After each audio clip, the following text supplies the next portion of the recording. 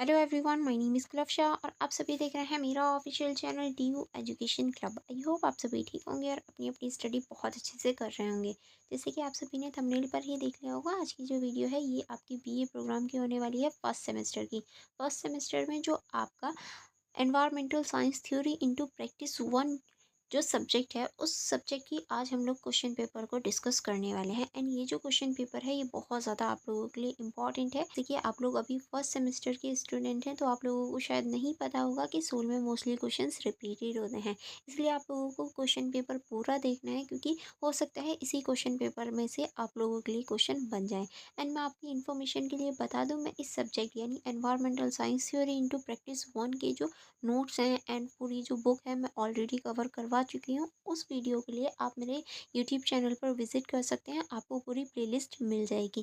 Playlist में आपको important questions भी मिल जाएंगे, बुक की भी मिल जाएंगी, यानी पूरी बुक भी मिल जाएगी, इंपॉर्टेंट क्वेश्चंस भी एंड क्वेश्चन पेपर भी और भी मिल जाएंगे। ठीक है, चलिए स्टार्ट करेंगे। जैसे कि आप देख सकते हैं, ये जो क्वेश्चन पेपर है ये अलग अलग सेक्शन में बटा हुआ है। तो ये अगर आपकी क्वेश्चन पेपर में भी इस तरह से सेक्शन आए तो आप इनको पढ़ना बिल्कुल मत भूलिएगा, क्योंकि बहुत ज़्यादा इंपॉर्टेंट हो जाते हैं पेपर अटेम्प्ट करने से पहले।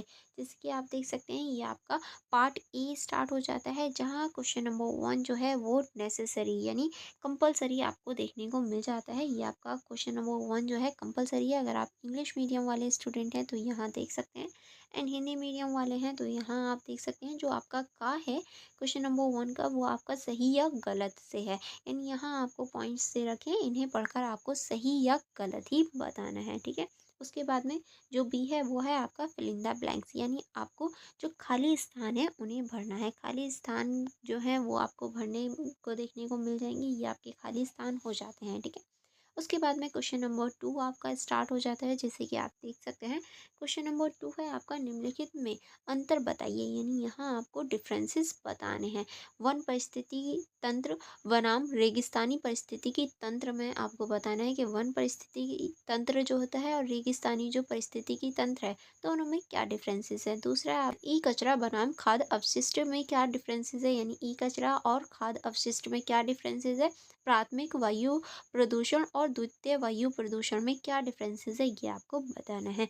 एंड इसी के साथ में जो आपका क्वेश्चन नंबर थर्ड है वो स्टार्ट हो जाता है। क्वेश्चन नंबर थर्ड है आपका निम्नलिखित पर संक्षिप्त टिप्पणी लिखिए, यानी आपको किन्हीं दो पर संक्षिप्त टिप्पणी लिखनी है। पहला आपका नदी जल संघर्ष के बारे में बताना है। दूसरा है आपका यूट्रोफिक्शन और उसके प्रभावों के बारे में आपको बताना है। थर्ड है आपका पारिस्थितिकी तंत्र की बहाली, यानी जो पारिस्थितिकी तंत्र है इसकी जो बहाली है वो आपको इस क्वेश्चन में बतानी है। एंड इसी के साथ में आपका क्वेश्चन नंबर फोर स्टार्ट हो जाता है। क्वेश्चन नंबर फोर है, भारत में विभिन्न प्रकार के नवीनीकरणीय ऊर्जा संसाधन कौन से उपलब्ध हैं, यानी आपको भारत में जो नवीनीकरणीय ऊर्जा संसाधन है वो कौन से उपलब्ध हैं, ये आपको बताना है। चर्चा करें कि नवीनीकरणीय ऊर्जा स्रोतों को बनाने और उनका विस्तार जलवायु परिवर्तन को कम करने और सतत विकास सुनिश्चित करने में कैसे योगदान दे सकता है। यानी पहले देखिए, आपको क्या बताना होगा कि जो नवीनीकरणीय ऊर्जा स्रोत हैं आखिर वो होते क्या हैं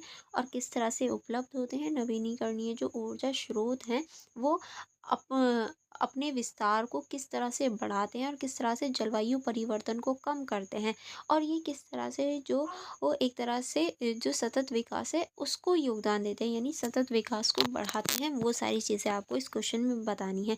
देखिए, एक ही क्वेश्चन है लेकिन इसमें कई क्वेश्चन आपको देखने को मिल जाएंगे, इसीलिए ये क्वेश्चन जो है वो आपका 10 नंबर का हो जाता है। ठीक है, उसके बाद में क्वेश्चन नंबर 5 है आपका प्लास्टिक प्रदूषण के पर्यावरणीय, स्वास्थ्य और आर्थिक प्रभावों का विस्तार से चर्चा कीजिए। यानी जो प्लास्टिक प्रदूषण है वो पर्यावरणीय और स्वास्थ्य और आर्थिक जो प्रभाव हैं वो क्या क्या हैं। यानी पहले आपको बताना होगा प्लास्टिक पोल्यूशन जो है या प्लास्टिक प्रदूषण जो है वो क्या होता है, इसके जो पर्यावरणीय प्रभाव हैं वो क्या हैं, स्वास्थ्य पर क्या प्रभाव है वो क्या है, और आर्थिक क्या प्रभाव है वो क्या है। ये सारी चीज़ें आपको बतानी है। कुछ ऐसे उपाय सुझाइए जिन्हें लागू करके इसके प्रसार को कम किया जा सकता है, यानी आपको यहाँ सुझाव भी देने के किस तरह से हम इसे कम कर सकते हैं, किस तरह से इसे रोक सकते हैं। ठीक है, उसके बाद में आपका जो बी पार्ट है क्वेश्चन पेपर का वो स्टार्ट हो जाता है। जैसे कि आप यहाँ देख सकते हैं, जिसमें आपको क्वेश्चन नंबर 6 जो है वो देखने को मिलेगा।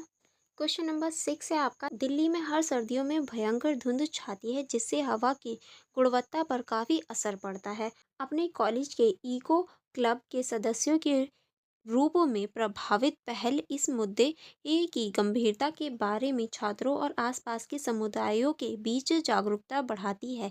इसके अतिरिक्त उन उपायों पर चर्चा कीजिए जो नागरिक और सरकार दिल्ली की धुंध की समस्या को दूर करने और कम करने के लिए उठा सकती है। देखिए, अभी आपने भी देखा होगा कि अभी जो सर्दियाँ पड़ी हैं, उस टाइम पे बहुत ज़्यादा धुंध हो जाती थी, यानी बहुत ज़्यादा कोहरा हो जाता था।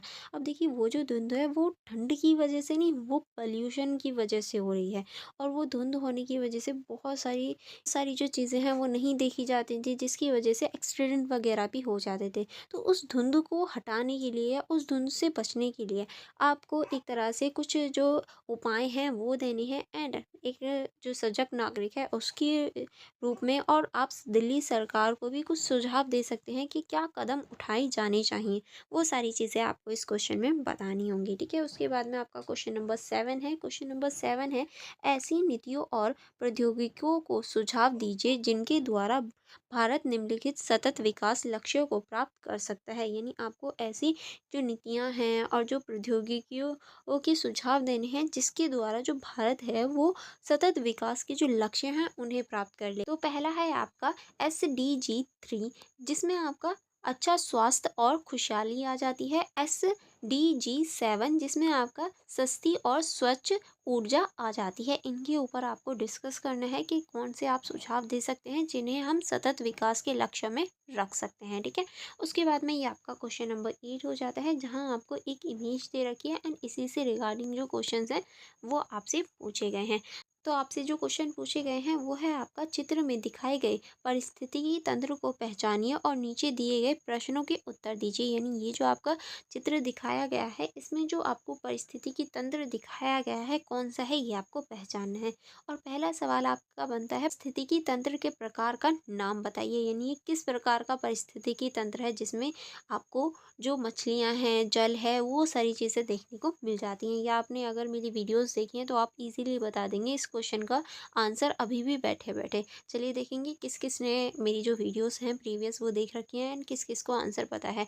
आंसर पता है तो कमेंट बॉक्स में ज़रूर बताना इस परिस्थितिकी तंत्र का नाम क्या है, ठीक है। उसके बाद में सेकंड क्वेश्चन है, इस परिस्थितिकी तंत्र के महत्वपूर्ण जैविक और अजैविक घटकों की पहचान कीजिए। यानी ये जो आपको पारिस्थितिकी तंत्र दे रखा है इसके जो महत्वपूर्ण जैविक और अजैविक घटक हैं वो आपको इस क्वेश्चन में बताने हैं। क्वेश्चन नंबर 3 है हमारा, ग्रामीण और शहरी क्षेत्रों में इस पारिस्थितिकी तंत्र के पारिस्थितिकी महत्व पर संक्षिप्त में चर्चा कीजिए। यानी ग्रामीण और जो शहरी क्षेत्र हैं इसमें जो स्थिति तंत्र के जो पारिस्थितिकी महत्व हैं उन पर आपको संक्षेप में चर्चा करनी है, क्योंकि देखिए जो ग्रामीण और शहरी क्षेत्र होते हैं उनके जो पारिस्थितिकी तंत्र होते हैं उनमें भी चेंजेस देखने को मिल जाते हैं, सिर्फ शहरी और ग्रामीण बेसिस पर भी, ठीक है। उसके बाद में जो आपका सी सेक्शन है यानी पार्ट सी है वो स्टार्ट हो जाता है।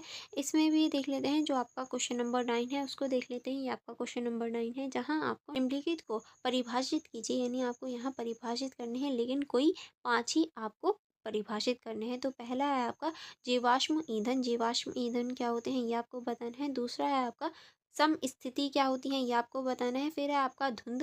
धुंध क्या होती है। फिर है आपका जैविक खेती। जैविक खेती क्या है और किस तरह से की जाती है ये आपको बताना है। ये आपको बताना है। उसके बाद में है आपका घास स्थल पारिस्थितिकी तंत्र। यानी घास स्थल पारिस्थितिकी तंत्र क्या होता है, कहाँ पाया जाता है, ये सारी चीज़ें बतानी है। फिर आपका खाद्य जल। खाद्य जल क्या है ये आपको इस क्वेश्चन में बताना है, ठीक है।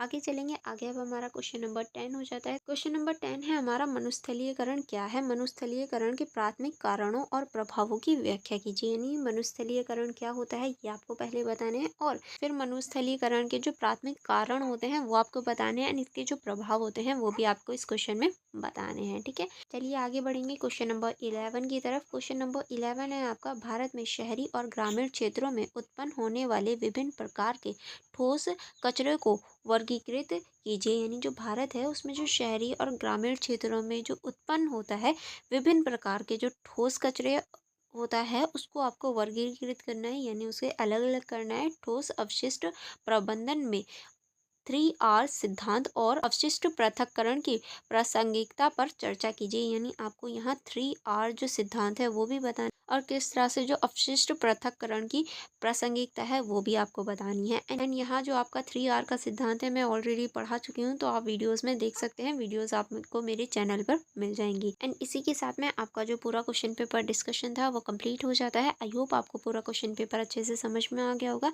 स्टिल किसी क्वेश्चन में डाउट या कोई प्रॉब्लम रहती है तो आप मुझसे कमेंट बॉक्स में पूछ सकते हैं। Otherwise for more information, for more connectivity, क्योंकि देखिए मैं सिर्फ आपको पढ़ाती ही नहीं हूँ, मैं आपको क्वेश्चन पेपर भी प्रोवाइड करवाती हूँ एंड सोल की इन्फॉर्मेशन भी देती हूँ। तो आप मेरे यूट्यूब चैनल को सब्सक्राइब करके बेल आइकन को प्रेस करना मत भूलिएगा। एंड फॉर मोर कनेक्टिव आप मेरा टेलीग्राम ग्रुप ज्वाइन कर सकते हैं, मेरी इंस्टाग्राम ID चेकआउट कर सकते हैं, मेरा टेलीग्राम चैनल ज्वाइन कर सकते हैं। इन सब का लिंक आपको डिस्क्रिप्शन बॉक्स में मिल जाएगा, तो डिस्क्रिप्शन बॉक्स चेक करना मत भूलिएगा।